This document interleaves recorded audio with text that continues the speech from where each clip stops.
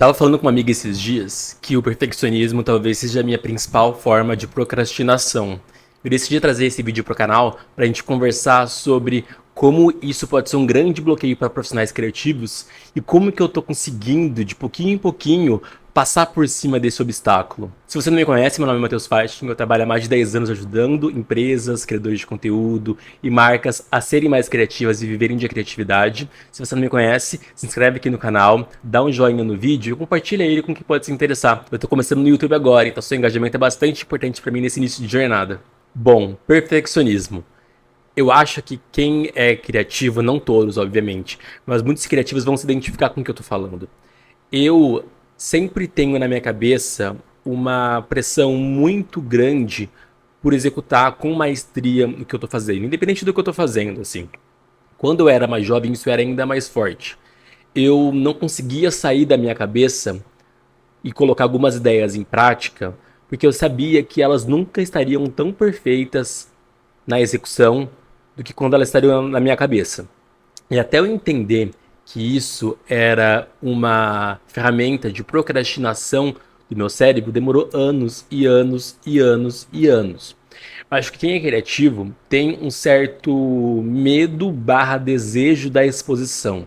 A gente quer ser visto, ao mesmo tempo que a gente tem muito medo de ser visto. Então, vamos supor, vamos dar o exemplo de um filme. Quem é cineasta, por exemplo.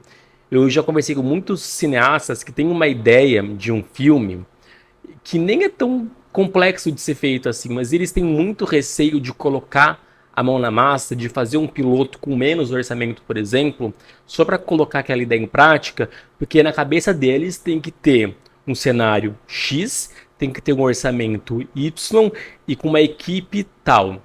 E fato é que essas são ferramentas que a gente usa para postergar a execução de um projeto. E muitas das vezes esses projetos eles são muito quistos por nós, assim, a gente realmente quer fazer, a gente realmente acredita naquilo. Mas até a gente se convencer de que a gente não pode esperar a situação ideal chegar para colocar em prática, vai muito e muito, pelo menos comigo, demorou bastante tempo, assim. Eu tinha a ideia de criar um canal no YouTube há muitos anos, desde a época da faculdade. Me formei em jornalismo em 2017. Desde aquela época eu tinha essa vontade de ter um canal no YouTube. Eu não sabia exatamente sobre o que eu queria falar, mas eu sabia que eu queria fazer um canal e eu sabia que eu queria criar conteúdo. Mas a minha cabeça sempre focou no Matheus, você é um recém-saído de universidade. O que você sabe para criar um canal? O que você vai ensinar para as pessoas? Então, durante muitos anos, eu tinha na minha cabeça uma ideia de que eu precisava construir conhecimento para me sentir pronto, para só então tomar essa ação. E aí, beleza, trabalhei em empresas muito legais, dirigi um filme que foi premiado e foi exibido em vários festivais, chamado Depois do Fervo, com um documentário sobre a realidade da comunidade LGBT aqui em Florianópolis, está disponível no YouTube, inclusive, teve uma repercussão muito acima da média para um trabalho de conclusão de curso.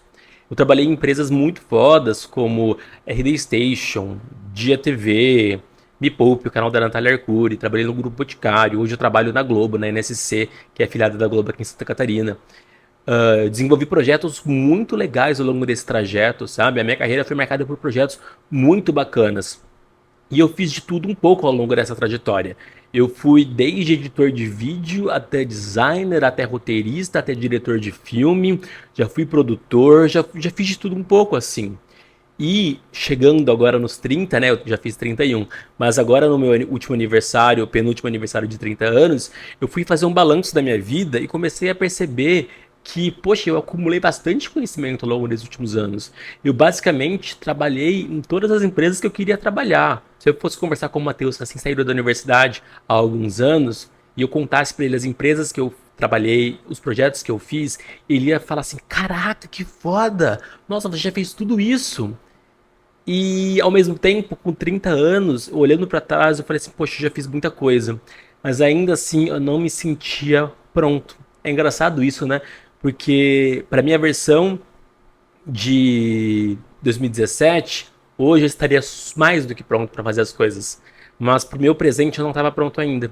E aí foi muita terapia, foi muito autorreflexão, até chegar a entender de que esse mecanismo de perfeccionismo, de esperar a situação ideal, era nada mais do que uma forma do meu cérebro evitar a execução e evitar uma certa frustração.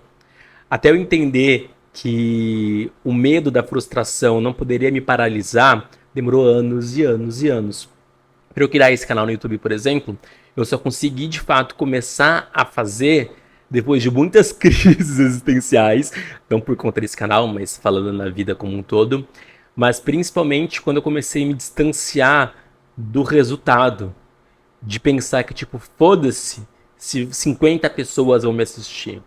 Foda-se se não vai ser um canal relevante.